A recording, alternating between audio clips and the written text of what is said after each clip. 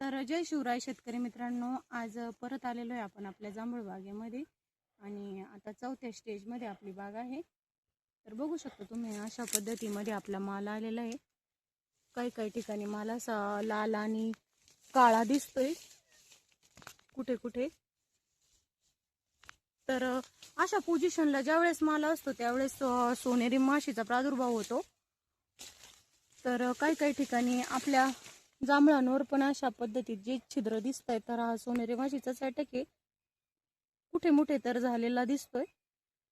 तर याच्यासाठी आपण हे बघा असा ट्रॅप लावतो, म्हणजे दरवर्षीच लावतो। चालू वर्षी थोडं लेट झालं एक 8-1 दिवस, तर काहीच हरकत नाही। तर त्याच्यामध्ये जी अशी वडी असती तर ही वडी सोनेरी माशीला आकर्षित करते आणि ह्या ट्रॅपमध्ये ते सोनेरी माशी फसून जातं आणि आपलं फळ सुरक्षित राहतं।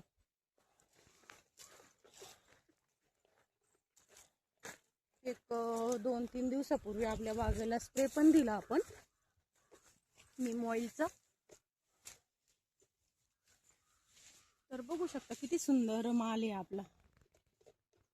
एक चांगला जर पाऊस झाला ना तर पूर्ण माल हार्वेस्टिंगला येईल।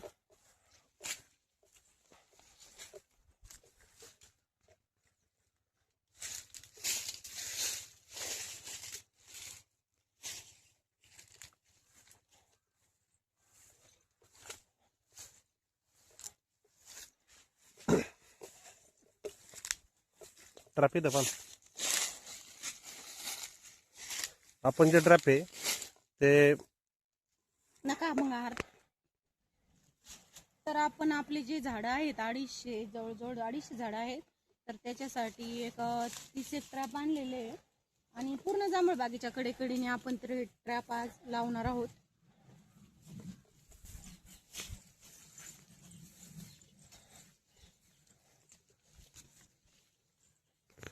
जेणेकरून सोनेरी माशीचा अटॅक झाला नाही पाहिजे।